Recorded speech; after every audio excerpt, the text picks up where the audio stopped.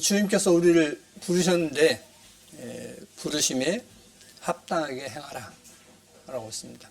주님께서 우리를 왜 부르셨는가, 왜 우리를 하늘나라로 이끄시는가 하는 것을 여기 말씀해 놓고 있습니다. 그래서 첫 번째, 모든 겸손과 있습니다. 그러니까 너희를 겸손하게 하도록 겸손한 사람으로 부르셨다는 것이죠. 다시 말하면 주님께서 나는 마음이 온유하고 겸손하니 하시지 않습니까? 그것처럼 너희를 교만한 자가 아닌 겸손한 자로 부르셨다. 그러니까 겸손하게 행하라. 그 다음에 온유하고, 그래서 마음이 온유하고 겸손한인데 바로 마음이 온유해라, 강팍하지 말라 하는 뜻이 되겠지 않습니까? 오래 참음으로 사랑 가운데서 서로 용납하고. 제가 이제 성경을 이해하는 데 있어서 저와 생각이 좀 다른 부분이 있습니다. 같은 부분도 있지만 다른 부분이 있어서 제가 그런 얘기를 했습니다. 우리가 서로 생각이 좀 다르다 할지라도 좀 참고 기다리자. 그러면 언젠가 어떤 것이 옳은가 하는 것을 알게 될 것이다. 근데 처음부터 조금 잘못됐다 해서 조금 생각이 다르다 해서 그렇게 배척하면 되겠느냐 하는 그런 말씀을 드린 적이 얼마 전에 있었습니다. 그래서 여기 오래 참음으로 사랑 가운데서 서로 용납하고 평안에 매는 줄로 성령의 하나에 되게 하시는 것을 힘써 지키라. 그래서 주님께서 한 몸이듯이 한 지체로서의 평안에 매는 줄로 하나 되게 힘써라 했습니다. 그런데 여기서 몸이 하나요, 주님은 교회의 머리가 되시냈죠. 그래서 우리는 그 지체라 했습니다.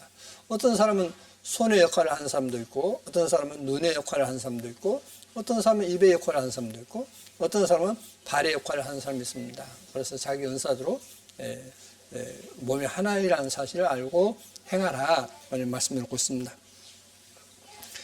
이와 같이 너희가 부르심의 한 소망 안에서 부르심을 입었느니라. 주도 하나이요, 주님이 한 분이시라 했습니다. 자, 그러면 주님이 한 분이신데 구약에 이제 주 하나님 하죠. 또 주 예수와 하지 않습니까? 이게 하나라는 겁니다. 주는 한 분이셔요. 두 분일 수가 없습니다. 그래서 주도 하나요. 그러니까 주 하나님, 주 예수와 그분은 두 분이 아닌 한 분이시다 하는 것입니다. 주도 하나요, 믿음도 하나요,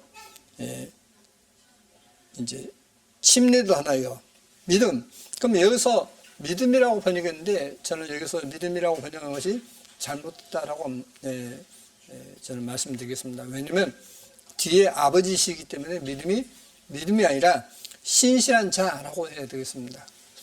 신실한 분, 그러니까 하나님이신가 신실한 분, 주도 하나이요, 신실한 분도 하나이요, 침례도 하나이요. 그래서 우리가 침례를 받는데 주 예수와 이름으로 침례를 받지 않습니까? 그래서 침례도 하나이요, 하나님도 하나이시니 하나님 한 분이시죠.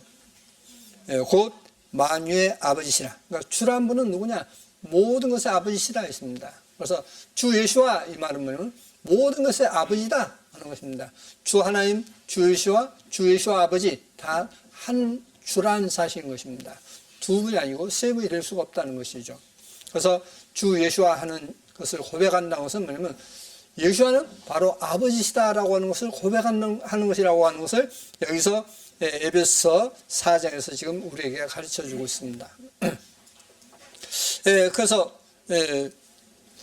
우리가 주님을 이제 알고 섬긴다는 것은 뭐냐면 한마디로 말씀드리면 이 우주 만물을 지으신 분은 하나님이시죠. 주님이시죠. 그 주님이 뭐가 부족해서 여러분과 저의 하찮은 존재를 위해서 오셨냐는 거죠. 오시고 오실 뿐만 아니라 뭐 대부분 다 마음에 들지 않으시죠. 그런데 모든 사람의 죄를 위해서 고난을 받으시고 죄를 용서해 놨습니다. 근데 뭘 믿으라 하느냐는 겁니다. 우리가 주 예수를 믿으라 그러면 너와 네 집이 구원을 얻으리라 하는 걸 잘 알고 있습니다. 그런데 그 믿음에 대해서 우리말 성경에 있어서는 상당히 어떤 오해가 될 수 있는, 그러니까 믿음이라고 하는 개념을 생각을 좀 변질시킬 수 있는 그런 부분이 있기에 오늘 시간은 준비를 해봤습니다. 여기 이제 로마서 3장을 보시면 이제 율법의 행위가 나오고 또 율법의 행위가 아닌 믿음으로 말미암아 구원을 얻는다라고 하는 내용이 계속 반복되어 나옵니다. 그런데 그것이 실은 성경에는 원어 성경에는 그렇게 되어 있지 않습니다. 그렇게 되어 있지 않기 때문에 그것 때문에 지금 제가 아무리 이야기해도 뭐 속에 이렇게 되는데 뭐 목사님이 자꾸 저렇게 이야기를 해라고 할 수 있는 그런 소지가 아주 다분한 그런 내용이 있습니다. 그래서 한번 같이 보시겠습니다. 이렇게 되어 있습니다. 소재 규례는 이러하니라. 아론의 자손은 그것을 단 앞에 야외 앞에 들이되 그 소재의 고운 기름 가루 한 움큼과 소주물 위에 유황을 다 취하여 진입물로 단 위에 불살라 야외 앞에 향기로운 냄새가 되게 하고라고 되어 있습니다. 그래서 소재 규례 이렇게 되어 있습니다. 그러니까 하나님 앞에 소재물을 드리는데 어떤 밀이나 이런 것으로서 드리는데 어떤 규례다라고 말씀을 하고 있습니다. 근데 이 소재 규례라고 하는데 이 규례란 뜻이 무엇인가 하는 것을 규례의 어떤 원어가 무엇인가 하는 것을 한번 확인시켜 드리고 우리말 성경이 어떤 단어가 바뀌고 번역이 반드시 바뀌어야 돼요. 이게 우리말 성경이 렉이 있어서는 정말 잘 번역됐습니다. 원어 성경을 잘 이해하고 번역했습니다. 그런데 신약 성경은 이 구약의 이제 원어를 이해하지 못하고 번역을 해버렸어요. 그러다 보니까 이제 오류가 많이 있습니다. 그래서 오늘은 그것을 이제 바로잡기 위해서 말씀을 드린 것입니다. 소재 규례를 레위기 6장 14절에 소재 규례를 보시겠습니다. 여기 나오죠.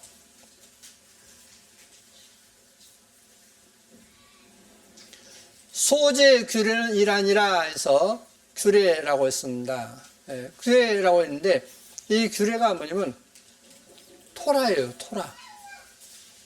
토라는 무슨 뜻이죠? 율법이죠. 그렇지 않습니까? 이 소재 규례가 뭐냐면 소재 규례인데 규례가 토라예요. 토라. 그러면 토라 하면 사람들은 율법 그렇게 이해를 합니다. 그런데 이 규례라는 단어를 토라를 율법이라는 단어로 번역하기도 하고 법이라는 단어로 번역하기도 하고 규례라는 단어로 번역하기도 합니다. 그런데 이 소재 규례해서 제사 지내는 것을 이야기할 때는 레위기에 있어서는 전부 다 규례로 번역했어요.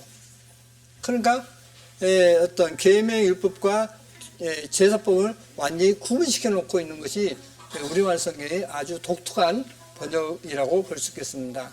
영어는 구분이 안 돼 있습니다. 근데 우리말 성경에서는 이게 구분되어 있어서 이해를 하는데 많은 도움이 될 수 있다라고 하는 것을 먼저 말씀드리겠습니다. 그래서 이 규례를 신약성에서는 호노머스라고 번역했습니다. 노머스 결국 신약에서는 율법 내지 법 이렇게 번역했습니다. 그러면 이 제사법에 대해서 이야기할 때는 신약에서도 반드시 이 율법이라고 번역하지 않고 노머스를 규례라고 번역을 해야 되는 것입니다. 그러겠죠? 구약에서 구분을 했듯이 그렇게 구분을 해야 되겠습니다. 자, 그러면 여기 히브리서 10장을 보시겠습니다. 율법은 장차 오는 좋은 일의 그림자요 참 형상이 아니므로 해마다 늘 드리는 바 같은 제사로는 나오는 자들을 언제든지 온전케 할 수 없느니라. 그러면 이 율법이 무엇이죠? 넘었어요. 다시 말하면 제사법이기 때문에 여기서 율법을 율법이라고 번역해서는 안 되고 규례라고 번역해야 됩니다. 규례, 메모리 두십시오. 반드시 그래야만 이 성경이 이해가 되는 것입니다. 그래서 히브리서에 보시듯이 이제 또 베드로 이제 후서에서도 이제 사도 바울께서 베드로께서 언급했듯이 바울의 서신 가운데는 알아듣기 힘든 것이 있다. 그것도 억지로 풀다가 멸망에 이른 자가 있다라고 말씀을 놓고 있습니다. 성경 억지로 풀다가 멸망한다 했습니다. 그래서 이 내용은 꼭 알아야 되는 것입니다. 반드시 알아야만 이것을 성경을 신약 성경을 이해하는 데 굉장히 중요한 역할을 하는 것입니다. 자, 온전케 할 수 없느니라. 그렇지 아니하면 섬기는 자들이 단번에 정결케 되어 다시 죄를 깨닫는 일이 없으리니 라고 말씀을 놓고 있습니다. 자, 여기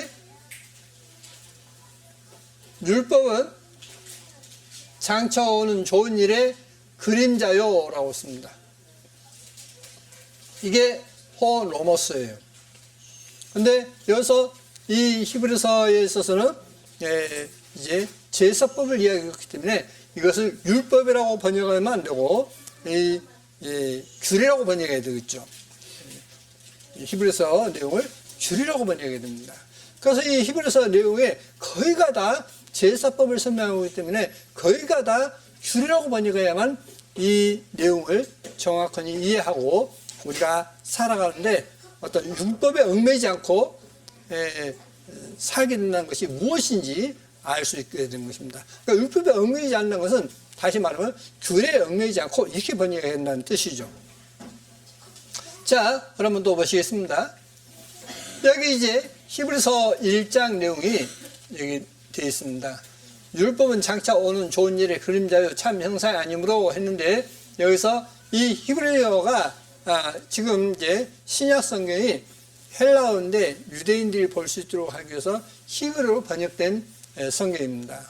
히브리어로 번역된 성경인데 여기 율법은 했는데 율법은 장차 오는 좋은 일의 그림자가 있는데 이 율법이 뭐라냐면 하토라라고 되어 있습니다. 하토라. 그러니까 격번에 의해서 이제 하토라. 그러니까 토라입니다. 토라. 그러니까 이어서 여기 토라가 아까 율법, 제사법을 이야기할 때는 규례 했지 않습니까?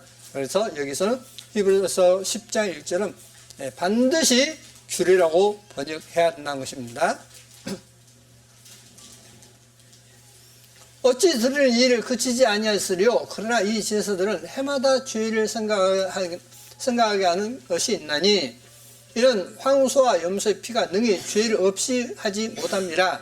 이 황소와 염소의 피는 어떠죠? 1년밖에 이것을 못해요. 그렇지 않습니까? 그렇기 때문에 해마다 제사를 하는데 1년밖에 못하기 때문에 그걸로서는 이제 온전케 될 수 없다라고 말씀해 놓고 있습니다. 그러므로 세상에 임하실 때에 가라사대 하나님이 제사와 예물을 원치 아니하시고 무엇에 따라서? 규례에 따라서 토라 규례에 따라서 드리는 제사와 예물을 원치 않으신다 라고 말씀해 놓고 있습니다. 원치 아니하시고 오직 나를 위하여 한 몸을 예비하셨도다. 그 한 몸이 뭐죠? 그리스도이시죠. 그리스도 예수와 전체로 번제함과 속죄제는 기뻐하지 아니하시나니 이 번제함과 속죄제는 무엇을 따라 드리죠? 절기에 따라 드리죠. 절기에 따라서 제사를 지내는 매일에 나오는 절기에 따라서 제사 드리는 그 제사법을 이야기하고 있습니다. 이에 내가 말하기를 하나님이여 보시옵소서 두루마리 책에 나를 가리켜 기록한 것과 같이 하나님의 뜻을 행하려 왔나이다 하시니라. 주님께서 주님의 뜻을 위해서 오셨다 했습니다. 위에 말씀하시기를 제사와 예물과 전체로 번제함과 속죄제는 원치 아니하시고 있습니다. 그러면 안식일도 이제 제사를 지냅니다. 상번제와 하번제로 제사를 지내고 날마다 제사 지내는 거 있고 그래서 그런 것을 원치 않으신다 했습니다. 기뻐하지도 아니하신다 하셨고, 이는 다 율법을 따라 드리는 것이라. 그러면 여기서 율법은 토라이죠. 그렇기 때문에 여기서 율법은 뭐냐면 규례인 것입니다. 왜? 제사법이기 때문에. 규례. 그러니까 로마서 10장 1절도 규례이고 10장 8절도 규례라고 써야 되는 것입니다. 9에 말씀하시기를 보시옵소서 내가 하나님의 뜻을 향하러 왔나이다 하셨으니 그 첫 것을 폐하시면, 첫 것이 무엇이죠? 한마디로 레위기입니다. 구약성의 해마다 드리는 제사 레위기서를 이야기하고 있습니다. 레위기서는 이제 폐해버렸다 하는 것입니다. 레위기서는 폐해버렸다. 그러면 이 절기의 첫 번째가 뭐냐면 안식이라 했습니다. 성경에서 첫 번째가 안식이로, 그리고 각 절기가 있는데 그 절기에 따라서 드리는 것을 폐하셨다. 그 첫 것을 폐하시면 둘째 것을 세우려 하심이니라. 그래서 이제 주님께서 십자가에 못 박여 다 이뤘다 하실 때 어떻죠? 성수의장이 위에서부터 아래로 갈라졌죠. 다시 말하면 이제 이 성소는 필요 없다 하는 뜻입니다. 필요 없다.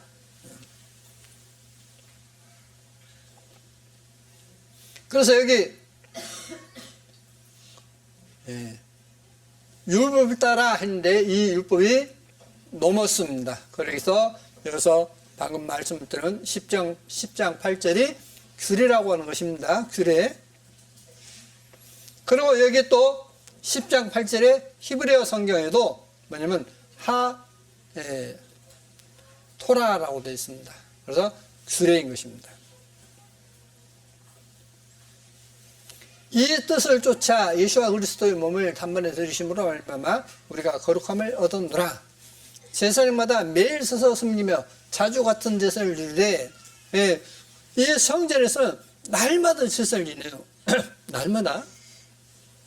날마다 성전에서 이제 양잡고에서 이렇게 제사를 지내는데 그것을 매일 서서 섬기며 했습니다. 자주 같은 제사를 지르되 이 제사는 언제든지 죄를 없게 하지 못하거니와 오직 그리스도는 죄를 위하여 한 영원한 제사를 드시고, 영원한 제사가 뭡니까? 날마다 지내던 것은 이제 없어버리고 처음부터 끝까지 다 지내봤다는 거죠. 안식일로부터 해서 모든 날마다 제사 지내고 또 절기 따라 지내고 했던 것을 다 없어버렸다는 뜻입니다. 하나님 영광에 앉으사 그 후에 이제 우편이라 그랬지만 이제 올라가셨지 않습니까? 그래서 영광스러운 자리에 앉으사 그 후에 자기 원수들로 자기 발전이 되게 하실 때까지 기다리시나니 제가 한 제물로 거룩하게 된 자들 영원히 온유케 하셨느니라 했습니다. 자, 그러면 여기 보시겠습니다. 성구 사진인데 토라 있죠? 토라.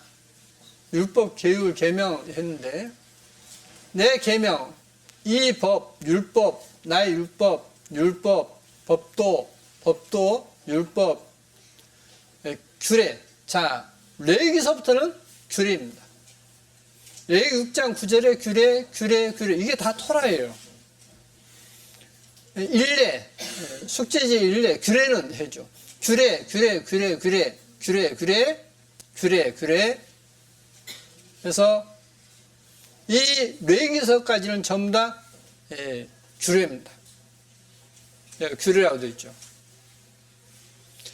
다시 말하면 토라라고 해서 전부 다 율법이라고 번역하면 안 되는 뜻이죠. 토라도 제사법이라 했던 전부 다 규례라고 해야 한다는 것입니다. 그래서 신약 성경에 주님과 예수와와 구약에 썼던 규례를 비교했습니다. 예수와 토라를 비교했기 때문에 주님은 영원한 숙제를 하셨기 때문에 영원한 숙제 제물로 드리셨기 때문에 그것을 이야기하는 것은 전부 다 규례라고 번역한다는 거죠. 규례. 그래서 특히 히브리서에는 규례, 로마서와 갈라디아서도 규례라고 번역해야만 맞다라고 하는 것을 말씀드린 것입니다. 그런데 이제 그 외에는 여기 보시다시피 거기가 다 율법이라고 번역했습니다. 율법. 토라가 그러니까 크게 두 가지로 번역된다는 것입니다. 하나는 율법, 제사법에 있던 규례. 그래서 이제 토라가 신약 성경에서 쓴 이제 노모스 있는데 그 노모스가 이제 제사법을 얘기할 때는 규례 아니면 하나님의 계명을 얘기할 때는 토라 이렇게 두 가지로 번역했는 것이죠. 자, 그러면 이거 보시겠습니다. 로마서 3장 19절을 보시면 우리가 알거니와 율법이 말하는 바는 율법 아래에 있는 자들에게 말하는 것이니 이는 모든 입을 막고 온 세상으로 하나님의 심판날을 있게 하려 함이니라. 그러므로 율법의 행위로 그의 앞에 의롭다 하심을 얻을 자가 없나니 율법으로는 죄를 깨달음이니라. 이제는 율법 외에 하나님의 한 의가 나타났으니 율법과 선지자들에게 증거를 받은 것이라. 곧 예수와 그리스도를 믿음으로 말미암아 모든 민족에게 미치는 하나님의 의는 차별이 없느니라. 자, 곧 예수와 그리스도를 믿음으로 했죠. 사람들이 그러니까 예수를 믿으면 돼 라고 하는 것입니다, 지금. 근데 이 부분을 이제 다시 생각해 보시겠습니다. 모든 사람이 죄를 범하였으며 하나님의 영광에 이르지 못하더니 그리스도 예수 안에 있는 구속으로 말미암아 하나님의 은혜로 값없이 의롭다 하심을 얻은 자 되느니라. 이 예수를 하나님의 그 피로 인하여 믿음으로 말미암는 화목제물로 세우셨으니 믿음으로 말미암는 화목제물로 세웠다 했습니다. 사람들에게 많이 이제 시선이 고정되어 있습니다. 그런데 이게 그런 뜻이 아니라는 것을 이제 보여드리겠습니다. 이는 하나님께서 길이 참으시는 중에 전에 지은 죄를 관가하심으로 과거에 이었던 죄를 이제 덮어버렸다 이 말입니다. 잊어버렸다 이 말입니다. 자기의 의로심을 나타내려 하심이니 이때 자기의 의로심을 나타내사 자기도 의로시며 또한 예수와 믿는 자를 의롭다 하려 하심이니라. 그런즉 자랑할 데가 어디 있느냐? 있을 수가 없느니라. 무슨 부분이냐? 행위로냐? 아니라 오직 믿음의 부분이라. 어떤 율법의 행위가 아닌 믿음을 믿는다 라고 지금 사람들은 이제 생각하고 있습니다. 그러므로 사람이 의롭다 하심을 얻는 것은 율법의 행위에 있지 않고 믿음을 된 줄 우리가 인정하노라. 하나님은 홀로 유대인의 하나님뿐이시뇨? 또 이방인의 하나님 아니시뇨? 진실로 이방인의 하나님도 되시느니라. 할례도 믿음으로 알미암아 또는 무할례도 믿음으로 알미암아 의롭다 하실 하나님은 한 분이시니라. 그런즉 우리가 믿음으로 말미암아 율법을 폐하느냐 그럴 수 없느니라. 소리여 율법을 굳게 세우느니라. 율법을 어떤 율법의 행위로서 그렇게 될 수 없다 하면서 또 율법을 굳게 세운다라고 이렇게 모순된 이야기가 되겠죠. 엄밀하게 이야기한다면. 자, 그래서 이 부분이 어떤 해결되지 않으면 이해될 수 없습니다. 여기서 이제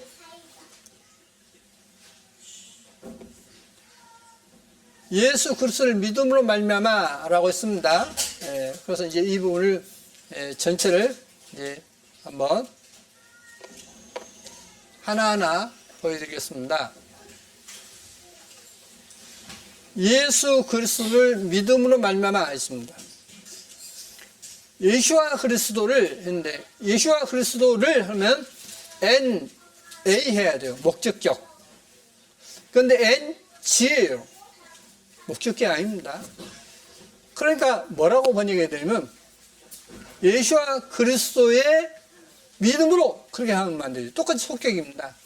예수와 그리스도의 신실한 자로 말미암아 이런 겁니다. 자, 다시요. 예수 그리스도를 믿음으로 로마서 지금 3장입니다. 로마서 3장 19절 이하로 지금 말씀해 놓고 있습니다. 우리말 성경에는 지금 20절에 여기 보십시오. 22절이네요. 지금 3장 23절이니까 이게 22절에 3장 22절이죠. 22절에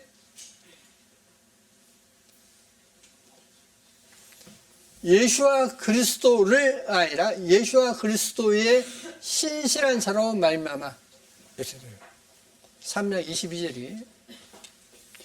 자, 그러면 3장 22절을 그렇게 이제 고쳐서 이제 보시고,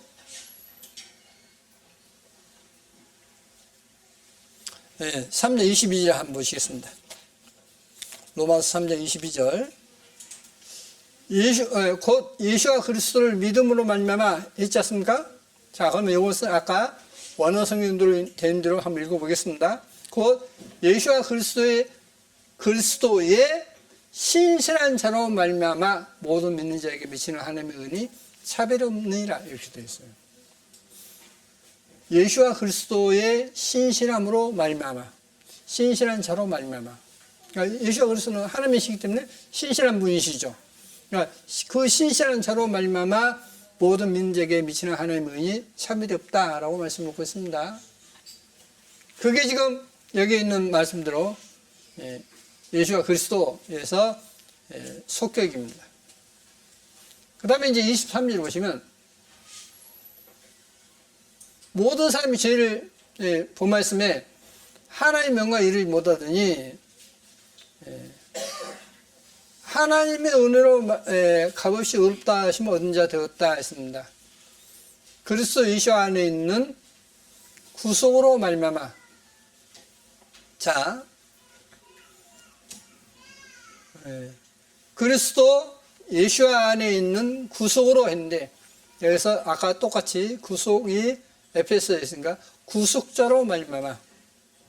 아까 그분은 이제 신실한 분이라 했지 않습니까? 그러니까 구속자로 말미암아 이렇게 되는 것이고 25절 보시겠습니다. 이제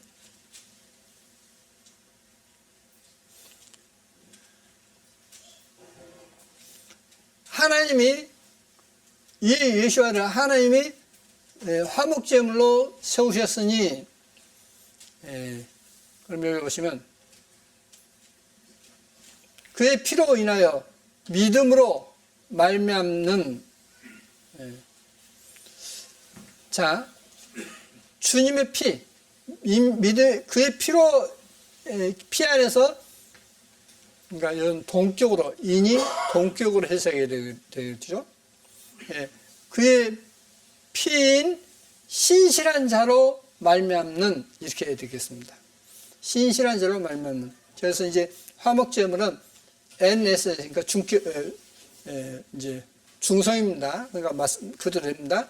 근데 이것은 이제 에페소예요. 그래서 그의 피 안에 신실한 자로 말미암는 이렇게 되겠습니다. 이제 하나님께서 길이 참으시는 중에 자기의 의로심을 나타내사 자기도 의로시며 또한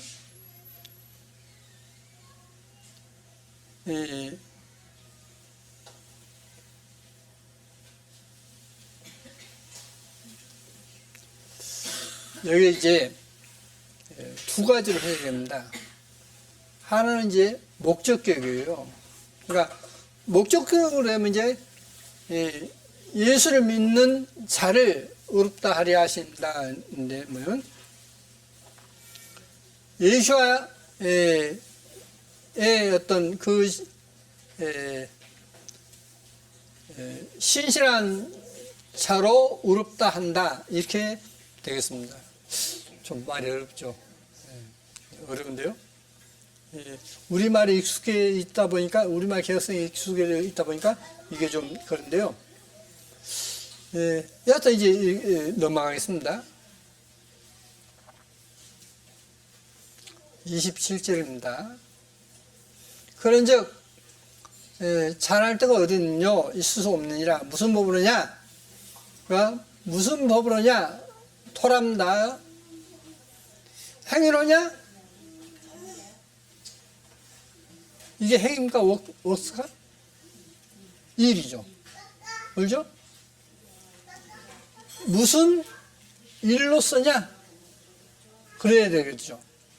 그럼 여기서 무슨 일이냐 하는 것은 뭐냐면 토라 중에서도 뭐죠? 지금? 제사 지낼 일이죠. 그러니까 여기서 법이 넘을 수 있는데 이 법이 율법이 아닌 규례입니다. 규례. 무슨 규례로냐? 일로냐? 아니라 오직 신실한 자의 법으로니라. 법을 통해서다 라고 씁니다. 자, 다시 보십시오. 무슨 이야기냐면 구약에 지금 제사를 지냈지 않습니까? 그 구약이 제사 지는 그 일로 쓰냐? 아니다. 신실한 자의 그분의 법으로 인해서다 라고 말씀하고 있습니다. 신실한 분. 그러니까 여기서 지금 신실한 분은 누구냐면 하나님이십니다. 하나님이셔. 28절입니다, 이제.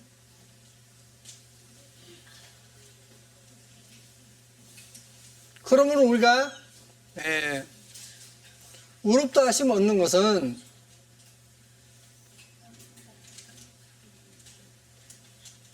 자, 3장 28절에 율법의 행위에 있지 않고 했는데, 에르곤이에요, 에르곤. 에르곤. 근데, 더 needs 했습니다. 그렇죠? 그런데 이게, 에르곤이라는 뜻이 아까 조금 전에 뭐라고 했냐면, 다시 보십시오.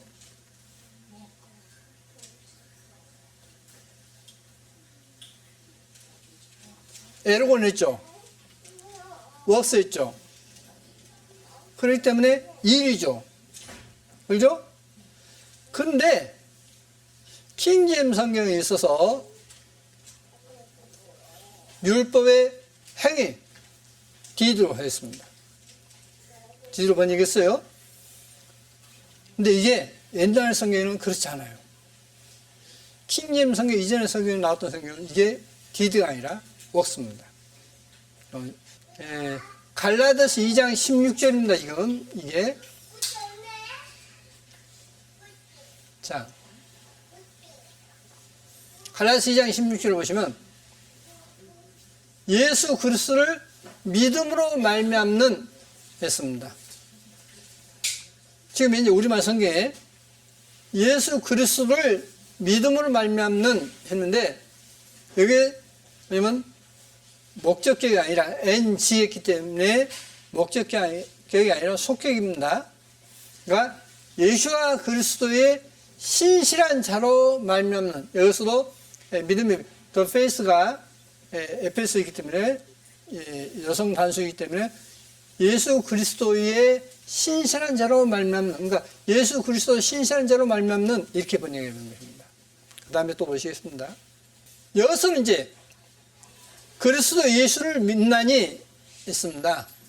우리도 그리스도 예수를 믿나니. 근데 여기서는 내에서 목적격이에요. 그렇기 때문에 예수 그리스도를 이렇게 번역이 됩니다. 이건 맞아요. 근데 앞에 부분은 지금 잘못된 것이란 거죠. 자, 여기 로마서 3장 20절입니다. Therefore by the works of the law 했습니다. 율법의 행위입니까? 일이죠. 아까 에르곤 일이었지 않습니까? 근데 이게 킹제임스 성경은 디드로 번역했습니다. 그래서 킹제임스 성경이 잘 번역된 성경으로 알지만은 그렇지 않다는 것을 이제 원어 성경을 통해서 충분히 알 수가 있습니다. 자, 보십시오. 율법의 일이에요. 그러면 여기서 율법이 이제 노무슨인데, 아까 이제 구약의 토라인데, 여기서 뭐라고 해야 한다고요? 제사를 드릴 때는 규례라 했죠. 그래서 로마서 3장이 1절부터 마지막 절 빼고 전부 다 뭐냐면 율법의 규례의 일로, 율법의 행위가 아니라 규례의 일로, 또 예수 그리스도를 믿음으로 말미암아 했는데 예수와 그리스도의 신실한 분으로 말미암아 예수와 그리스도의 신실한 자로 말미암아 우리가 의롭게 되기 때문에 우리도 예수 그리스도를 믿나니 이렇게 번역이 되는 거죠. 어렵죠? 저는 이거 설명하면 땀이 나요, 그냥. 왜? 참, 이걸 안 하면 또 이게 우리말 성이 엉터리고, 이걸 설명드리자니 나이 드신 분 좀 이해하기 힘들고, 예. 요점 뭐냐? 요점은요. 아, 나 예수를 믿어. 하지 않습니까? 나 믿으니까 이제 돼.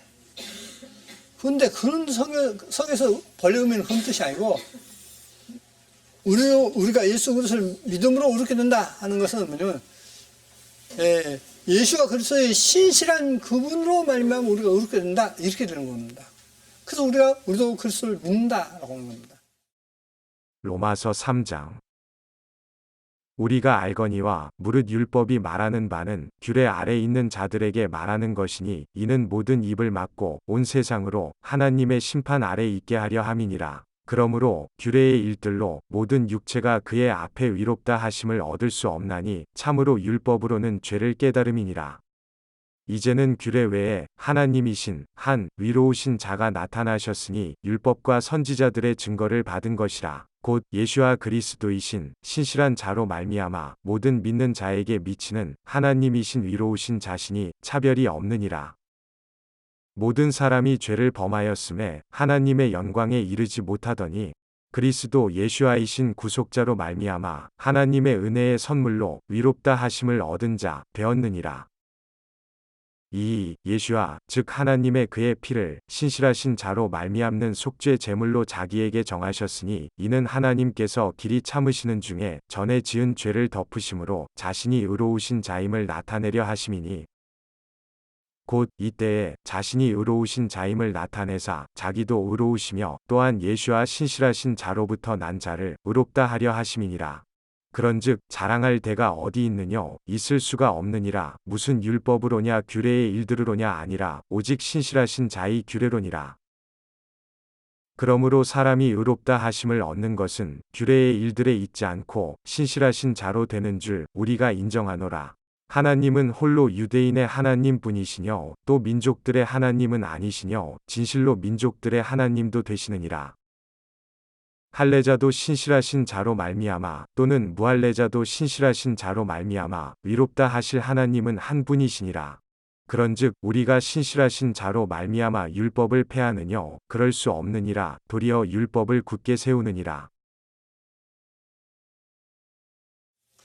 자, 이제 보시겠습니다. 만약에 이제 여러분이 어떤 먼 여행을 한다고 가정해 보겠습니다. 한 달 동안 여행을 갑니다.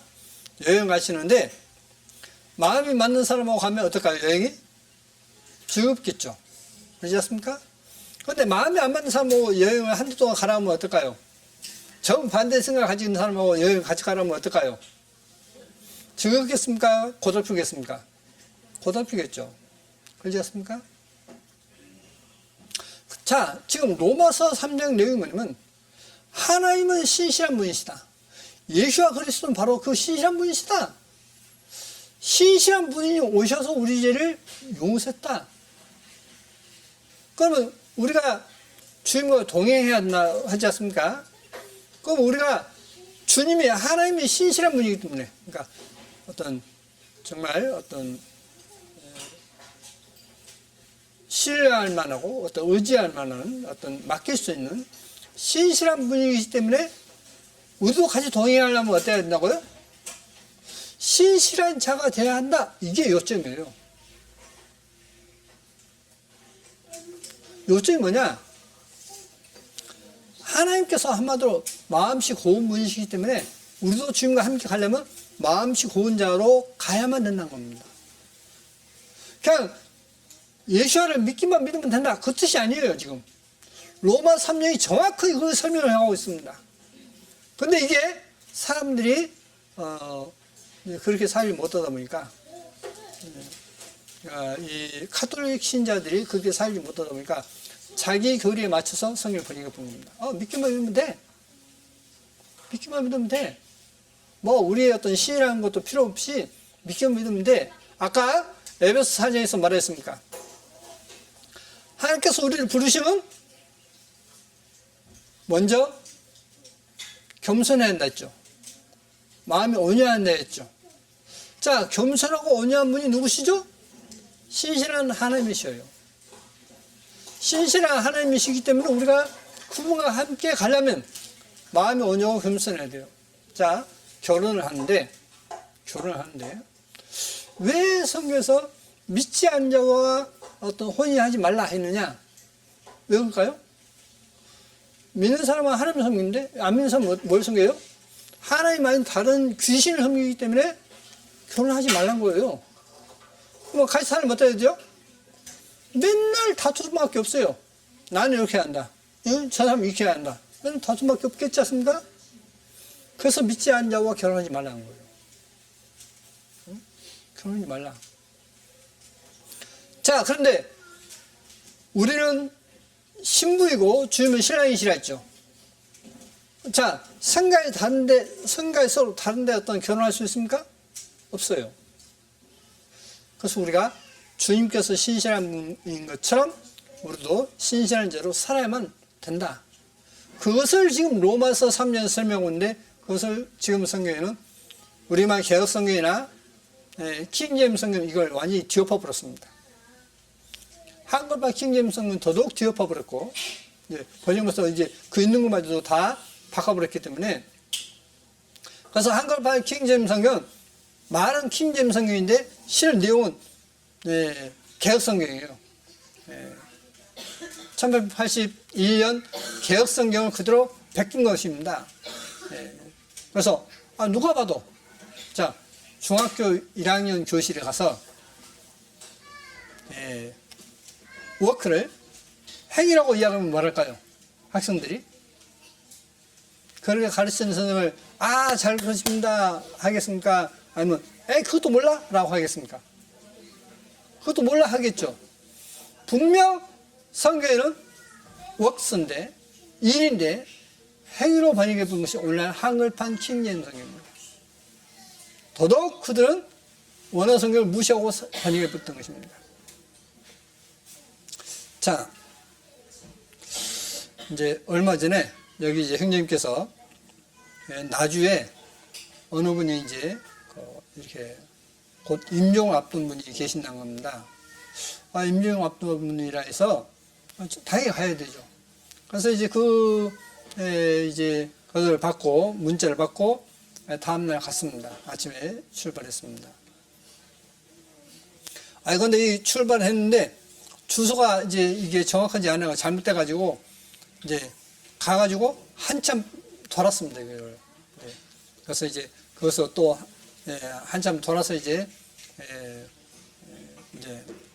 찾았습니다. 이제 부동산에 가가지고 물으니까 여가 아니란 거예요. 그래서 이제 찾아서 이제 갔는데 가서 보니까 우선 껴야 이제 사람을 껴야 이제 이야기할 수 있겠지 않습니까? 껴운데 계속 자고 있는 거예요. 깨우는데 계속 잔다는 뜻이 뭘까요? 이제 임종이 아주 가깝다는 이야기예요. 무슨 이야기냐면 선다싱 책에도 나오다시피 임종 때 어떤 일이 있다고요? 그냥 잠자는 듯이 있다가 깨어났는데 깨어나는 것이 이제 저세상이라는 얘기죠. 그래서 대부분 많은 사람들이 잠자듯이 임종을 맞이한다는 이야기가 떠올랐습니다. 이 사람은 아무리 깨워도 어떤 이야기할 수 있는 어떤 그런 것이 못 되는 겁니다. 그래도 이제 막 깨워가지고 두 번 이야기했습니다. 하나님이 당신을 사랑하시고 당신을 사랑해서 당신의 죄를 용서했습니다 하는 것을 이제 두 번에 걸쳐서 이제 말씀드리고, 근데 이게 눈이라도 좀 뜨고 반이 있어야 할 건데 없으니까 이제 그렇게 하고 이제 왔는데 성경에서 이제 이런 말씀이 생겨났습니다.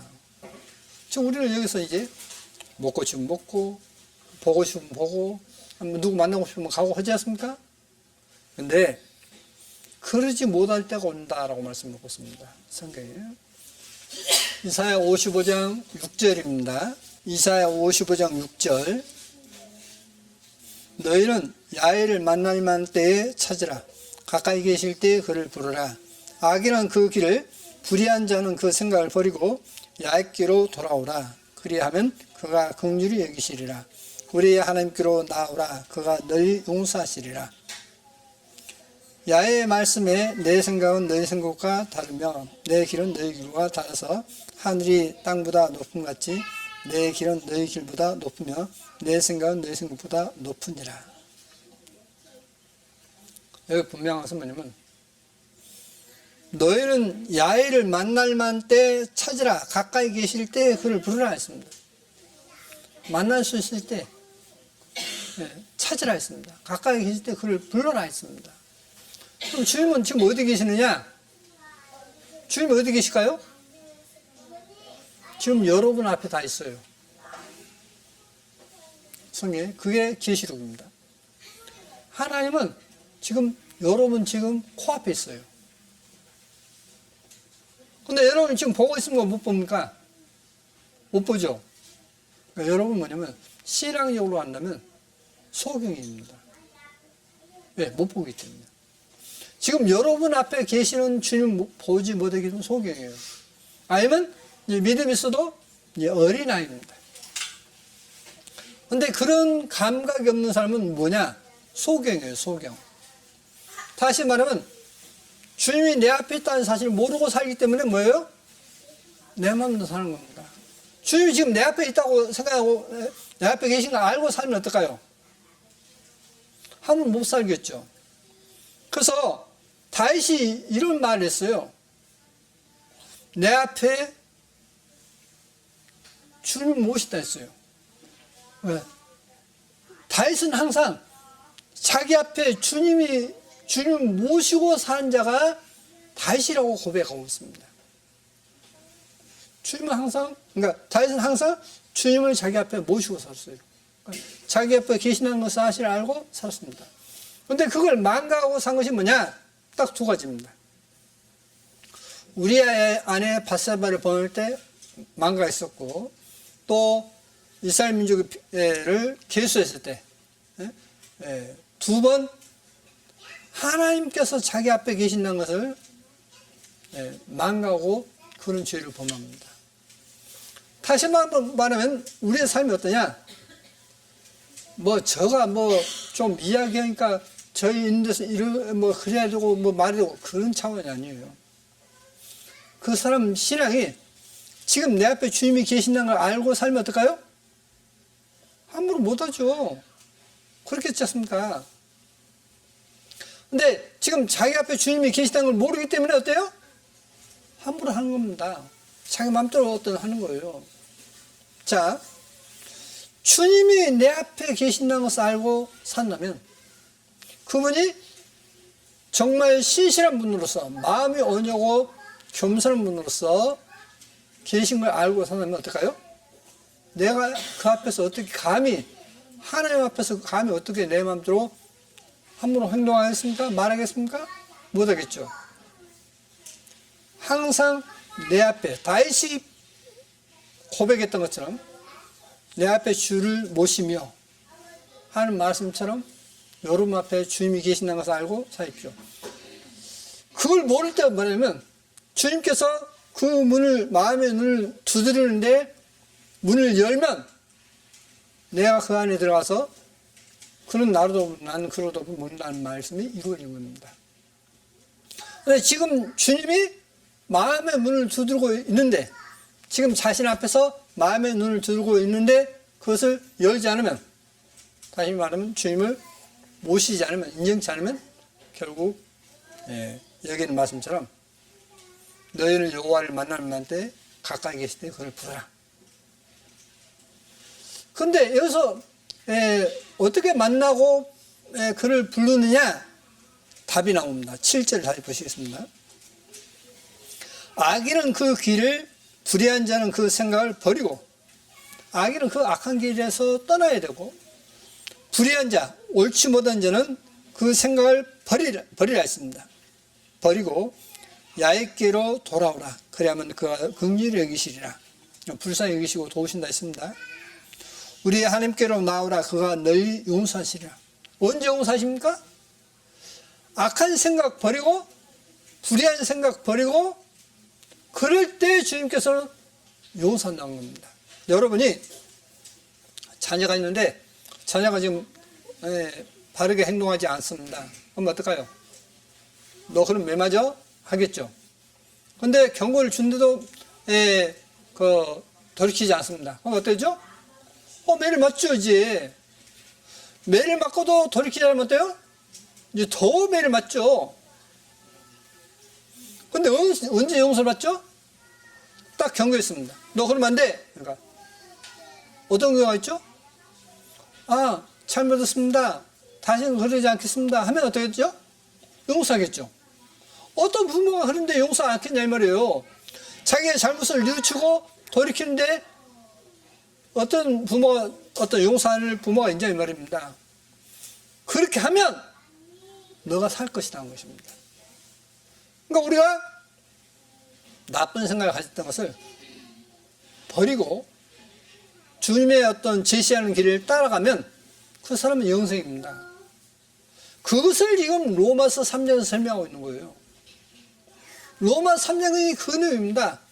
그런데 그 용서하는데 옛날에는 이렇게 토라의 어떤 규례의 일들로 용서를 받았지만 이제는 주님께서 오셔서 영원한 숙제로서 다시는 제사를 지낼 필요가 없다.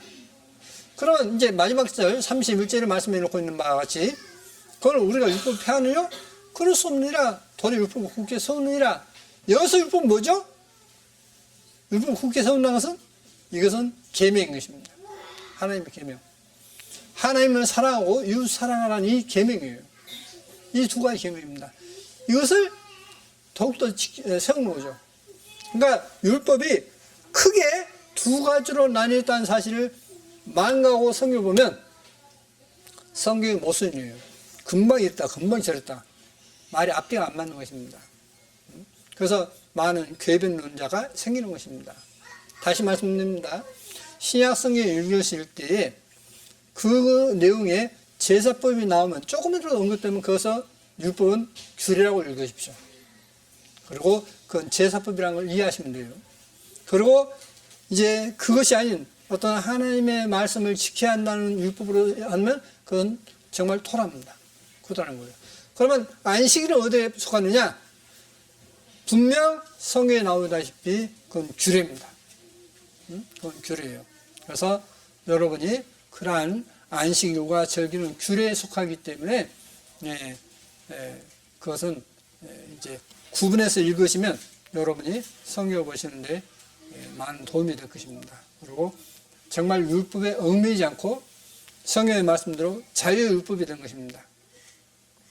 자유율법이라는 것은 말씀 듣고 지키는 자라 있지 않습니까? 자, 예를 들겠습니다. 이제 고속도로를 갑니다.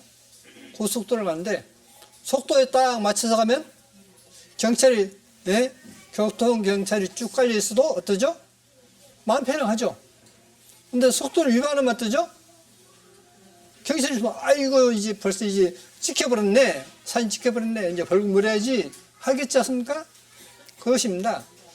우리가 하나님 말씀에 이제 따라 살면, 순종해 살면, 정말 우리가 이 땅에서도 복을 받지만, 죽었어도 하나님께 이제 영원한 생명을 얻는 복을 받습니다. 근데 우리가 이 땅에서 하나님의 말씀을 불순종하면 이 땅에서도 고생하지만은 죽어서도 고생하죠.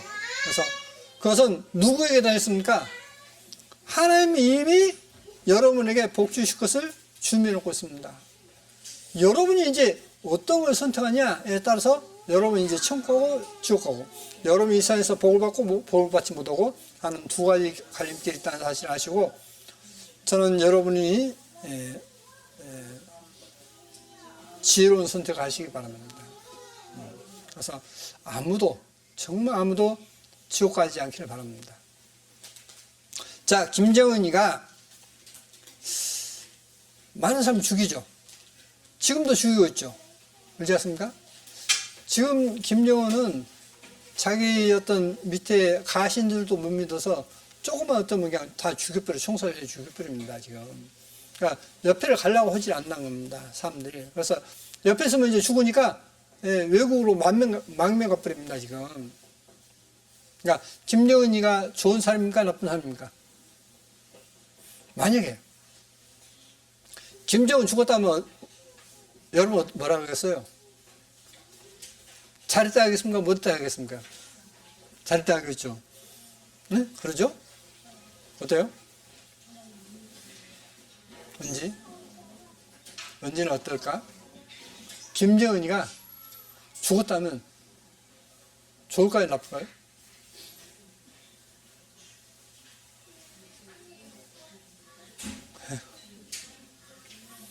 근데 큰일 났네. 김정은 죽었다고 좋아하면요, 그건 하나님께 복 받지 못할 마음인데, 왜냐? 성경에 내 원수를 내 몸같이 사랑하라 했지 않습니까?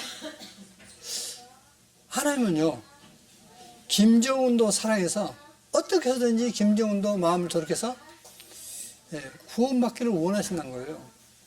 제가 이제 그것을 한 일주일 전쯤에 그 동영상을 봤습니다. 근데 그분이 많은 사람들이 김정은을 미워하고 죽기를 바라는데 뭐 그러면 안 된다는 거예요. 주님은 그런 생각이 아니라는 겁니다.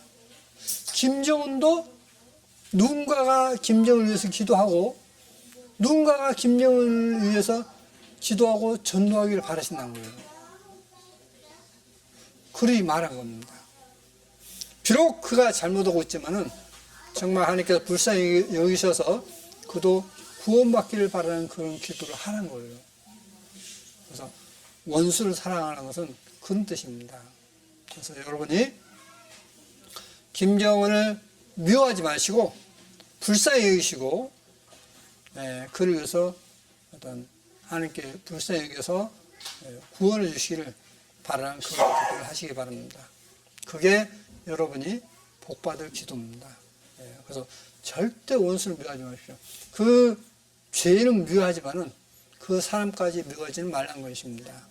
그래서 여러분이 항상 하나님이 기뻐하시는 생각과 행동을 하시는 그런 복된 사람이 복받을 수밖에 없는 그런 사람으로 살길 바랍니다. 그래서 여러분이 하나님께 축복을 받아서 하나님의 풍성한 은혜 가운데 살기를 바랍니다. 기도하시겠습니다.